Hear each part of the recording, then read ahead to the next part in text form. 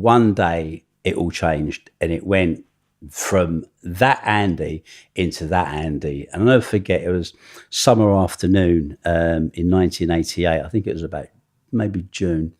And a couple of friends came in who lived on old Trowbridge estate, which they brought that down eventually. A festering slum could be described as that tower block. And they said, look, you got the sound system, man. Do you want to, we got this party. Can you come and, do sounds? So I was like, yeah, no problem. So I've turned up. It was Oxford House in Bethnal Green. I've arrived there, got my box of Rare Groove records, got the sound, set it all up. Anyway, I'm getting goosebumps. One now. of them's come in. I know what's going to happen next. Listen, one of them came in with a strobe light, and he's got the fucking strobe. He's put it up there. Anyway, the place was empty. It was dead. It was dead. And then I'm thinking, what's going on? He's brought our own DJ. I said, listen, man, you don't need to play till we've got our own DJ. So this guy's come down, Marvin from Paul for Music, Jazzy, I think he called himself. Anyway, so he's arrived.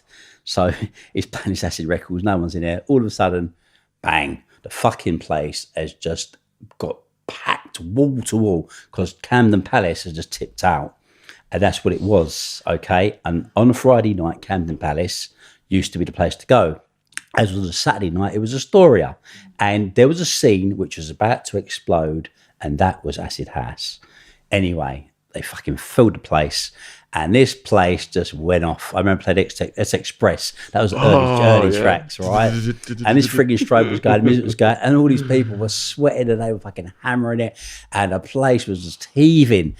And I, honest to God, when that place emptied, I looked and thought, what the fuck has just gone on? What the hell was that about? I didn't have a fucking clue. I got paid and I was happy. But then we got a party next weekend. So it was like, great. And the party then was a Friday night. Arrived, and that was, I think it was Cleveland Way, warehouse, set the sound up. All these people come, everyone's smiles on their face from one side to the other, dancing around crazy, these big fucking jumpers, these Converse shoes. And I'm like, wow. And then, it was like Friday night, Saturday night. I'm making money, £500 a night, £1,000 a week. I'm thinking, this is good. This is great. All right. Back then. Anyway, I thought to myself, and I was becoming part of the scene. All the people, I really liked the people. Everyone was so fun. It was black, it was white. It was like a revolution in music, wasn't it? It was a revolution, right? And I never forget, I said, fuck this. What is this thing they're on about? And a friend said, listen, this is Neand, right? Take this with you. Go down to the Spectrum Monday night. He said, we're all going to go down there. He said, and drop this C, and you'll know what we're talking about. And we fucking queued up at the Spectrum. I was known on the scene because people knew me because I was doing a sound. It was only me and Cole Cox, actually. Cole used to also have a sound. So I would do one event, Cole would do the other. And again, Cole, he was like, he'd done his Rare Groove mixing and stuff, but he wasn't into this acid thing. Do you know what I mean? It was like, wow. He brought his sound system £300 a night. This is how this whole scene started. Yeah. And fucking took this pill, Yellow Cali, and good God, it just come on me, man. And it was crazy. The lights were going. I think Paul Oakenfold was playing. The lasers were eating the place up, and everybody was on this buzz. And I just thought, wow, I now know what you see, and I want this. And that was it. I became an integral part of the scene, and that was it. I got it. I took ease, and I thought to myself, this is so beautiful. Everyone, for the first time in my life, loves everyone. And probably the drugs, definitely the drugs. But the reality was, it was peaceful. And, this went on. We done loads of parties, some amazing parties. The first parties, the biggest one to happen was London Scat. That was the outing for, Colin Hudd and Fabio and Groove Rider played down. Actually, Fab played down there. Groove didn't play on that one. Tony Wilson, who was one of our friends, who was playing a big on the scene at the time. And Scat exploded. Scat brought all corners of London together. We'd done a party the night before in Bermondsey Street. This was going to be in Waterloo. The people who'd done it was Mark and Sari, respected clothing designers, Mark had died, God rest his soul, and Sari, I think she runs a homeless charity now, funny enough, but they're amazing designers. There's stuffs like the Fashion Museum and stuff like that now, they made these coats out of carpet. Don't know if you remember these back then, and they had like Jesus on the back and stuff like that. These were a height of fashion. They used to wear them down the WAG. Dave DeRoy used to play down there. It was crazy stuff. And basically that party happened and it opened up London, and then the scene was starting to happen. And then as I went out, parties started to get raided. I was getting a lot of raids, had my equipment taken away more than one occasion. And it was always, it was always in jeopardy because people were just breaking into warehouses. I mean, I was used to this. I've been breaking into squats and doing blues parties. So when someone said to me, we're going to find a warehouse, I would be on the road and we'd be kicking off doors of warehouses straight after Spectrum. So I'd be not improvised. We'd be leaving the club, finding a warehouse on Marshgate Lane where the Olympics are, it's empty, kick the door off, bring the sand and go in and do it. And poor mum and dad, even they got involved because when they opened the shop up at 3 o'clock in the morning to sell the soft drinks, do you know what I mean? To load the place out because we're business people. And, there it was. And then it got to the stage, I got to know someone, a friend of mine, I met through a good friend of mine, Gukan, who died of his soul. He was probably the first death of ecstasy, unrecorded death that was. And, I met Wayne, who was a friend, half-caste guy like myself, got on really well, and started to go on a clubbing scene together. And I said to him one day, I was at Camden Palace, I said, look, I'm going to do warehouse parties, Wayne, because this is where the money's at. And he was like, yeah. I said, yeah, this is going to happen no matter what. Right, I do these parties every week. I'm going to be at the controlling end of them. Because I've been on a few, the guys who used to do, who were involved in the ICF, Andy Swaller, Andy used to do parties. So 1 or 2 parties he done with a guy called Peanuts, another guy called Bones. I'd sometimes have a share with them. So I was like, rather than charge us sand, just in case we get raided, we'll split it up as three-way partners, things like that. So I'd done deals like that as well at some point because I got to know everybody and, we all worked well together. And we said, okay, let's do an event. So I was like, okay, right, here we go. And it was like, what are we going to call it? Anyway, Wayne used to love this track from Phil Collins' Genesis. So it was like, right, Genesis. And I thought, Genesis, rock band, does it really work? But then my mum was so biblical. I had so many of these recordings of Bible stuff in my head. And I thought, no, isn't that scripture? Genesis. So I went to the Bible, got the Bible, opened it up, and there it was in the beginning, God created heaven and the earth. Genesis chapter 1. So we called our party Genesis chapter 1. Went down the road to Clare Print. We used to get our flyers printed. I think it was £30 for 1,000. We found this head of Zeus. We stuck that on there, and then we had this was our corporate identity, by the way, right? On a £30 paper flyer. We stuck that on there and we thought, right, how do we do it? I said, I've got all the equipment, I've got all the sound, I've got some records, I can bring in Linda, bring in Tony. We need a warehouse. And anyway, Wayne came up with a warehouse. It was like dangerous warehouse you see in your life, right next to Aldgate East Station. There was no barristers, there was no banners, there was nothing in it, but it was a warehouse. Anyway, we went out like a week before. We flooded every single club with flyers. We were all well known. We had a lovely little group of girls with us. Amber, who became my fiancée, she was among the little group, and Maggie and a few other girls. So we'd be outside the clubs giving out these flyers. And we were a new entity at that time, remember, but we were known on the scene. Anyway, and the night came, I think it was December the 10th, actually, and that was Genesis chapter 1. So we've got there. Rave at the Cave got raided that night. The place got really mobbed. And it was so funny because I remember a few incidents. So we used to have this thing about getting fronting the police, right? Because when the police comes, generally speaking, you sort of run. But anyway, the police has fucking turned up, right? So he stuck Wayne out there. And this is where Wayne started to get into the whole blagging scenario. So Wayne's come out there basically to blag him because he looked like half respectable. And the police are like, what's going on here? So he's come out and gone, no, this is a music business video shoot. Anyway, as you're saying this, the fucking alarm's gone off, the alarm bell. Anyway, it's gone to the office. The alarm's gone off. I'll just go and turn it off. So he's left. Anyway, I've given him a hammer.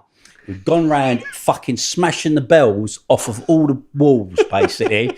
So he's come down. Anyway, the office goes, there's a little problem with the alarm. Just switch it off, right? So anyway, there's some guy we've left him with his journey, his jaws going like that. Do you know what I mean? With the policeman. Anyway, the police, listen, you're going to have to close it down. But it was about 4 a.m. So we had a night of it, Sean. So that was Genesis chapter 1. We'd had an event, we'd pulled it off, and we got ourselves out the gate. And without knowing what we'd done, we were on the way to creating one of the biggest warehouse brands of that era.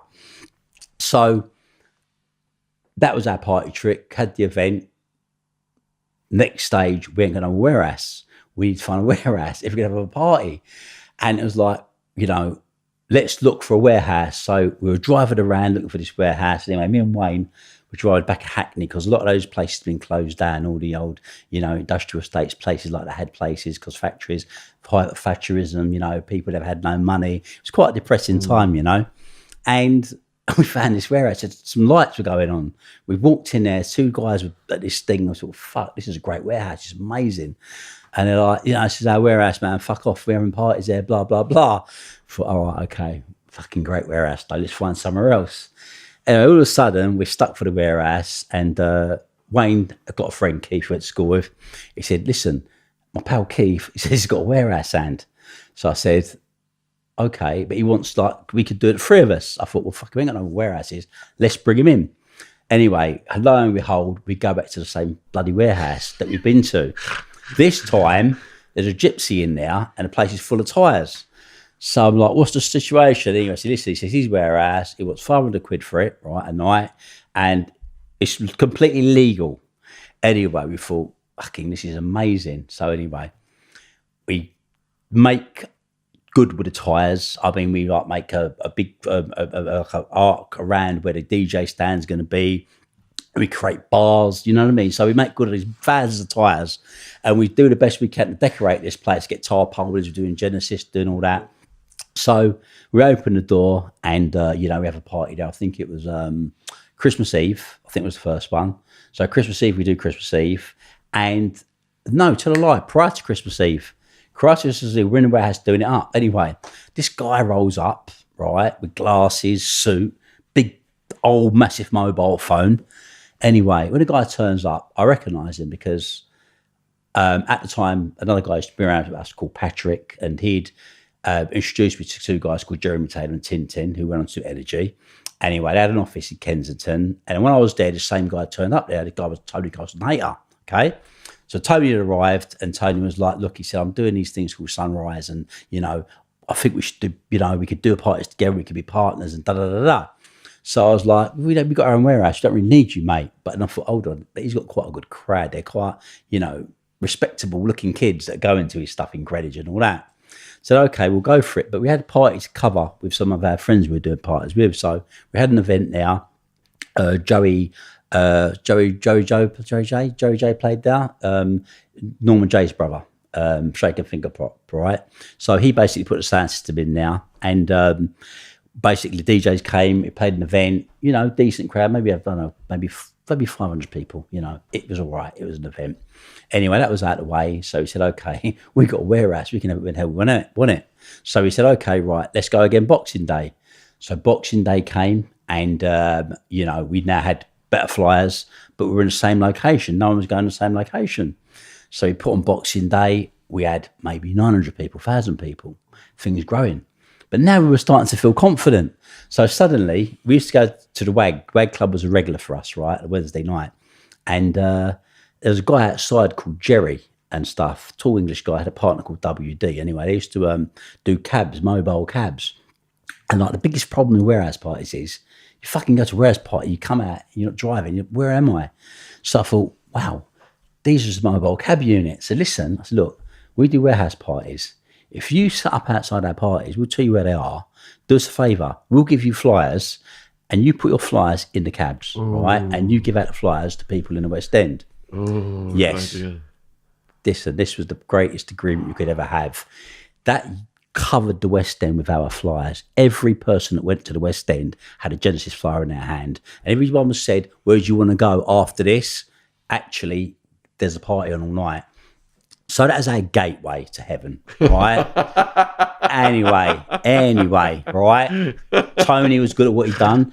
How he dragged some people, I don't even know, but he got some amazing people he got involved. And then we moved forward. And then, of course, we were heading towards New Year's Eve, and the crowds were getting bigger. Anyway, we put an event on New Year's Eve. We had Trevor Fung played out, great lineup of DJs, and we smashed like 5,500 people. The place was heaving. But the beauty about this warehouse is it just bent a corner. It was massive. It just carried on going up. It went up, it went round. It was just huge. Anyway, when we're sitting there, this is insane, because we're closing down the West End. People stop leaving the West End, coming to us. And we're kids, right? So we're thinking, fuck, all right, it's January, first week of January, it's going to be dead. Who goes out in January? Anyway, 8,000 people.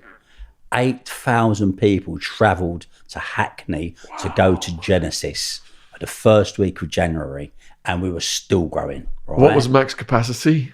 We could have took, I think that warehouse was 3 floors and it bent the road. I think we could have made half a football stadium. We could have probably took 20,000 people standing in there. Do you know what I mean? Yeah. You're talking insanity here. Yeah. But there were scenes, I'll never forget. I remember New Year's Eve, fucking hell. Because, of course, all the junk's left over because we're having part of the party, Sean.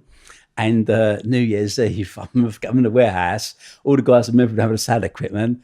Copper comes through, inspector as well, quite high ranking. It's gone, right, you're not having a party here. So we got out the lease, which we thought was legitimate, but the thing was, you could wipe your ass with it because this guy's squatting, it turned out, right? We didn't know it at the time. Anyway, we've given him the lease. So he suffered the lease and has gone, this is a fire hazard. I'm going to get a fire inspector. So I'm thinking, oh my God. Anyway, I've looked and there's all these black bags, like stacks of them, like mountains, right? With all the empty tin beer, drinks, soft drink filled. I thought, fuck. So I got the doorman basically. Listen, throw them all out the side. So they've gone where the fire escapes are and they've literally thrown them out the side doors and there's mountains. So if you did want to get out of the fire escape, you were fucked anyway, right? So we filled the thing with them anyway. This guy comes back with the fire inspector. The fire inspector looked like he was drunk, all right? So he's called the fire inspector out of his party, right? Obviously, his Christmas party, to inspect our warehouse. Geezer walks in, looks like that, opens the door. I'm thinking, oh my God. It doesn't even look around it. It's kind of goes like, he goes, they're fine to have their party here tonight. The policeman goes, there'll be thousands of people here. They can't have a, he's gone there. Anyway, he's walked in married, right? The policeman's pissed anyway. Fucking, we smashed that place. Yeah. We smashed that place, man. And then the mad button was this. So now we're thinking, we're getting people for the West End club owners coming to us to say, look, we want to be part of this. Do you know what I mean? How much money do you want? Because this is the thing. And like idiots, we weren't thinking. We weren't Ministry of Sand. We thought to ourselves, this is great. Bags of money. It's never going to stop. And then what happens? All of a sudden, there comes the bad news. The police were discovered. He's squatting. Anyway, we're like, oh my God, the flyers are out. The party's going. It's going to happen. And the police now have got a dilemma because the police are thinking, they're at 8,000. They're going to get 12,000 people coming out to Hackney on Saturday night and we can't stop it, right? So what do? We got another warehouse last minute, right? With the guys from Pacha and I've got a spare house, right? And I think I was over in Canning Town or Bow, we got that warehouse. Anyway, we ended up with 2 police cars, one end at each side of Leigh Side Road, with a flyer we got printed with the directions for the new warehouse we just broken into, with the police giving out the flyers to the ravers. So as the ravers are turning up to Leigh Side Road, you've got fully dressed old Bill giving out flyers with new directions for the Genesis party, right? You couldn't have invented it, Sean. Couldn't have invented it. Anyway, we went there. We smashed that. And I mean, we went 13 parties, 13 venues, one after the other. And the stories were hysterical. We don't have to blag. I'll never forget, Tony had a guy called John McHugh. He was U2 stage manager. How he roped John in, I don't know, but he owned a company called Up Front. And I'll never forget, one day there was a party going on. I think Tony was trying to, develop it. And anyway, it was hilarious. I was with Wayne and a couple of girls, and we've gone some back streets in East London. I'm dying for a piss. I've got to stop the car. I've got a piss. I'm doing a piss against the wall. I went, oi! And I thought, oi! I'm thinking it's Wayne. I'm just like ignoring him. Oi! And the voice is getting closer. All of a sudden, it's behind us. What the fuck do you want? It's a policeman. It's like, right, you're nicked. So take me to the Limehouse police station. And this time we're doing parties, remember? So we're quite well known. Anyway, I'm thinking, fuck. But earlier that day, we've gone to John McHugh's office in Docklands, and John's told us about a party they're going to be doing. And he said, listen, here's my business card. He's laminated it. He said, what you do is, he said, this is the party and stuff. Use my business card as a VIP card to get in. I thought, lovely. Anyway, I'm in a police car. Wayne's looking for the window because he's seen me now going away with the police with these 2 girls about his car. So he's thinking, what the fuck? Anyway, he's obviously figured by following at a distance, I'm at Limehouse police station. So when I get to Limehouse police station now, quite smartly dressed, got a mobile phone. Very few people had mobile phones back then, right? So the coppers looked at me and gone, smiling, smirking. He's gone, so what you then doing? What do you think you were doing? What you did? I said, look, listen, I said, I don't know whatever I was doing. I said, I'm so sorry. I said, but there's a big problem here tonight. What do you mean problem? I said, look, I said, I'm the main engineer for U2. I said, and we're playing at Wembley.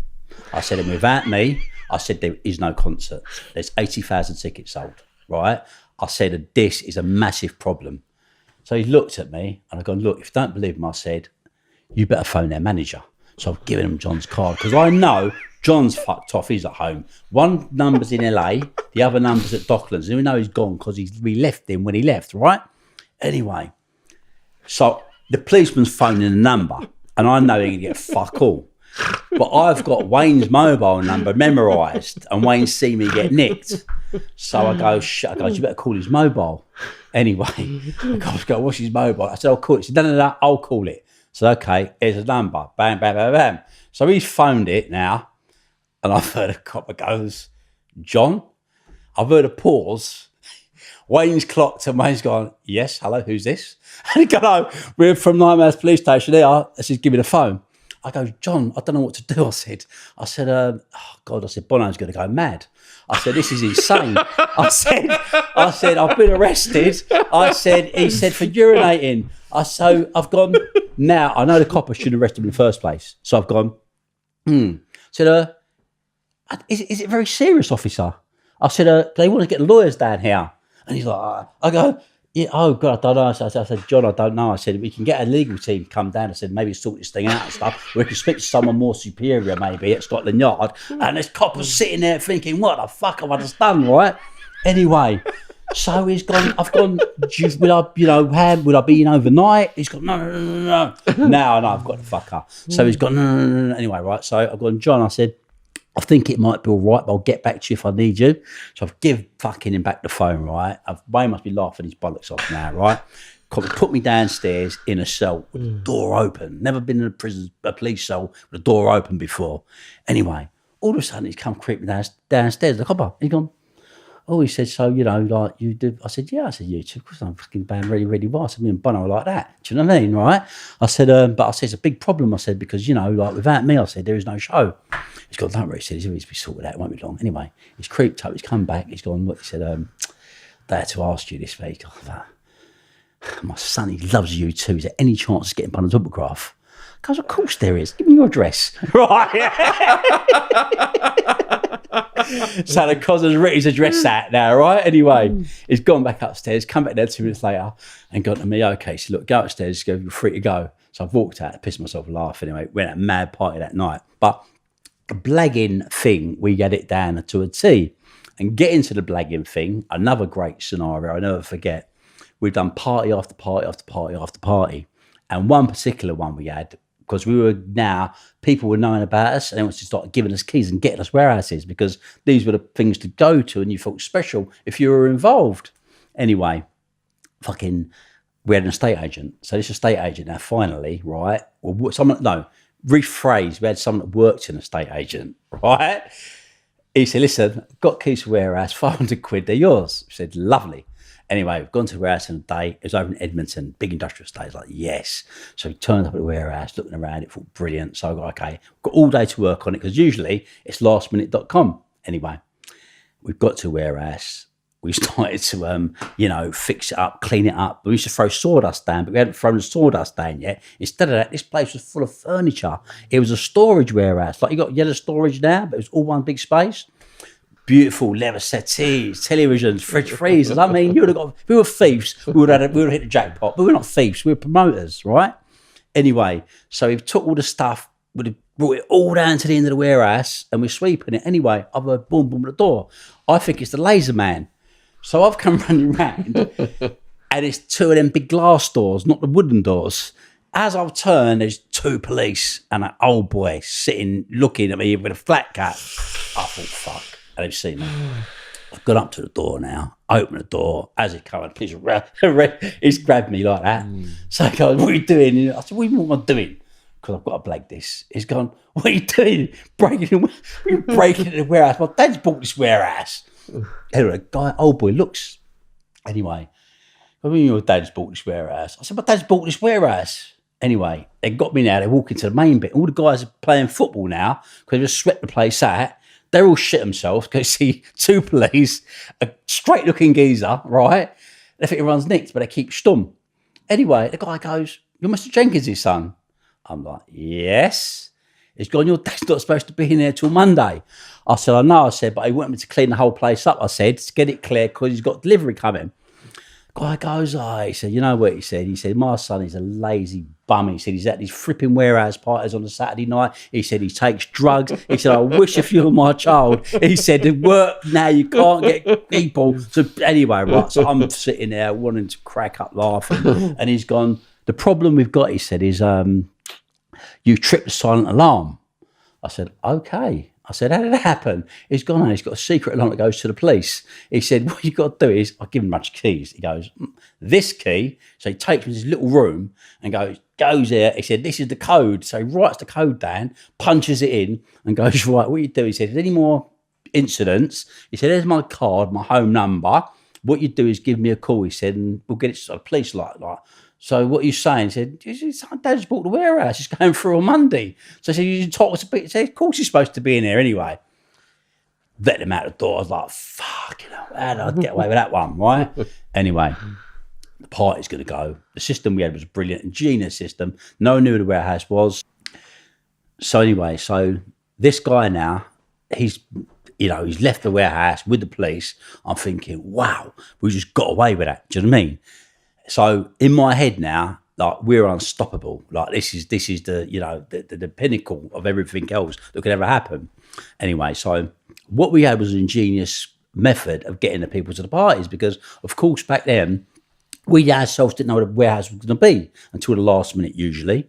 So what we come up with as a method was basically we had two meeting points. The meeting points were ones we'd established, and the first was Leaside Road, quite as our first warehouse, where we got the police giving out the bloody directions, and the second one was Walthamstow Dog Track, because across the road to it had a massive car park. We figured most of our people are going to know Hackney, because they're coming from the West End and through the tunnel, and a lot of people who are coming from Eastern Essex will go to Walthamstow. So that was what it was. So the combination was this: we had the first mobile phones. One of our guys was at each point. He had a moped, like I was doing knowledge. He had a pager. So at both points, there were actually phone boxes not far. So what he used to do was, when we were ready and everything was all set up, lasers, the lights, and we were ready to go, we'd page him and say, "Right, bang, go to the phone box." He'd go to the phone box, call the mobile phone, we'd give him the directions. What he would then do is jump on his moped and carry a massive convoy with him. So if there's 100 cars, he's in front of the 100 cars and all the cars are behind him. So you've got two mopeds with trails of cars behind them passing through. Now they could go anywhere. So by the time the police are onto this, they're at the back of that convoy. And what it does is, because you're going through different areas and you're arriving somewhere, there's no way they can assemble police in such a rapid response. So what they've got to do now is let everyone get into the warehouse, party happens, and then all they can do is naturally allow it to break itself down. Because they don't empty out at 3 o'clock in the morning, 2 o'clock in the morning, or evacuate you, because what happened then is you'll have 3,000, 4,000, 8,000 people walking up and down the street at night. And I'll give you a really funny story about when the police did try to trick us, right? Anyway, so that was the method we used. On this particular night, it didn't work out terribly well, because what happened was, after we created the red flag for the ball with the warehouse owner, he then was phoned by the police to tell, "Listen, they've tricked us. There's a massive warehouse party going on now." Anyway, they got there relatively early. The police cars were across the road. I could look from the top window. I could see the guys standing up there furious, basically, and they're pointing. I'm thinking, wow, I'm going to get nicked here. Anyway, poor Wayne was always a sacrificial lamb. So the policemen talked to one of the security and said to security, "Listen, we want to have a look inside there, basically, to make sure it's not a fire risk." Anyway, so Wayne's gone, security's listened, Costa's out there, says what should we do anyway? So Wayne's gone out there, right? So he's gone to Wayne and they said to Wayne, like, "Listen, we want to come in now." blah, blah, blah. Anyway, and Wayne's gone, well, it's a video shoot. Listen, forget what this is. This is bullshit. You've broken into his warehouse and we're going to arrest you right now if we can't go in there, right? So Wayne's like, fuck. So the security's come to me and got to me, like, what do we do? Because these were hard security. They go, listen, if you want to have it with the old Bill, we'll fucking have it with him, right? And what do you want to do? And I'm thinking, wow, they got riot shoes, all kinds of shit coming, right? Do we really want to have this? And they got poor Wayne's over there as well. I'm thinking, Wayne's gone, 100% gone otherwise, right? So I thought, fuck it. I was like, okay. I said, let him have a look. Anyway, coppers come in a flat cap. We looked at it. People were still coming in. There was thousands queuing up. Anyway, he's walked back out, smug, goes, right, we're sending in the thing, right, empty that warehouse. And I was like, do we, don't we, do we, don't we, do we, don't. It's gone back in. I said, listen, I'm sorry, on the mic, we've got to go. DJ just dropped Kiara, Let Me Love You for the Night. You know, that beat creeps up on you. Yeah. Their fucking place exploded. And for a minute, I forgot about poor Wayne, who was being arrested by the police and the warehouse guy. And we nearly had the fucking party of all parties.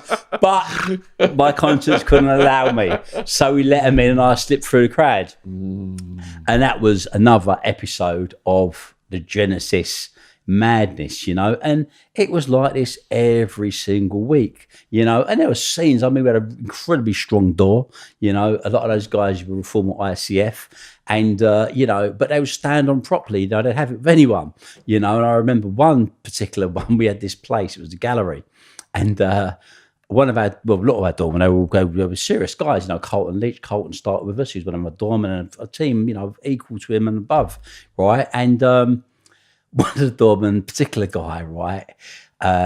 We had this place and it was run by these Jamaican guys and they thought they were a bit special, and all of a sudden arguments flared up and one of them pulled a gun. He's pulled a gun. I thought, what the fuck has this guy just done, right? Does he know what he's just done, right? Anyway, Dawn was like, listen, don't worry about it. So he's gone downstairs and he's gone in the car, right? I'm thinking, this fucking guy don't go nowhere without a reason. All of a sudden, we're sitting up there, me, Wayne and Keith, talking, still quite flary. He comes back up with another doorman. He grabs two guns, puts one straight in the guy's head, one straight in the guy's chest. The other doorman takes the gun, sticks it in the guy's face. This Jamaican guy's got a gun pointing this way, and you got this fucking trinity of guns, 4 guns, all pointing. You got them in the middle, right? And I'm thinking, it's like a Reservoir Dogs scene, right? And it's one trigger, one bullet, one false move. It's a bloodbath. And I'm thinking, fuck, right? How on earth is this going to de-escalate, right? By the grace of God, that did. But they were the kind of scenes we used to have at the parties. Do you know what I mean? So imagine all that. You're in the midst of doing this thing and it was a forum of a great party and a great buzz. And then you've got all these different things. And eventually it was a problem for us because there were a few incidents, they were classifying themselves as a G-Force, of course, as a security firm, and they were getting lots of doors to do. Everyone wanted to be a door, and what doors they couldn't do, they was taken over anyway, right? And all of a sudden, the police then were concerned with the parties. They were saying we were running an organised crime group and we were taking over the warehouse parties. And, it was a bittersweet, a guy called Ken Tapperton, years later, he was head of the play party unit. He was commander. Margaret Thatcher, gave him the orders to take us down. He was on a documentary not a few years ago, National Geographic, and said, listen, these guys are brilliant. What they'd done was out of this world. The police couldn't manage what they'd done. The army couldn't even do what they, move around as they'd done. They moved thousands of people in in hours. No one could do it, and he almost paid homage. So when I look back at that, I think, wow. And history was made because our first flyer, that's now in the London History Museum, and this is historic stuff. You know what I mean? So I look back and think, okay, it wasn't all bad. We had amazing fucking parties. We changed youth culture, and Tony went on to his own sunrise parties. That kind of took that pattern, and we had partied week after week after week after week until we ran into a constant series of raids. But that was brought down. We had someone inside that was giving that information to the police, but also we had an issue that the police had a hard on for us because they thought we were more dangerous than what we were. And that was the end of Genesis, but it was an amazing time. We were like celebrities, we would go to every single club, we were VIP'd, and we were on the scene. People came. Vinnie Manelli were the biggest pop group in the, globally. They won 2 Grammys. They were at the parties. Boy George, the amount of times you just scrape Boy George and kick him out because of the state he was in. You know what I mean? Pet Shop Boys. We were the thing. Imagine being like 20-year-old kids and you're at the 20s, hub of activity. Yeah. You're at the hub of the whole scene. And that was a great time. That's the only way I could describe it in youth culture, and it did unite people, Sean, like none of us seen has ever seen.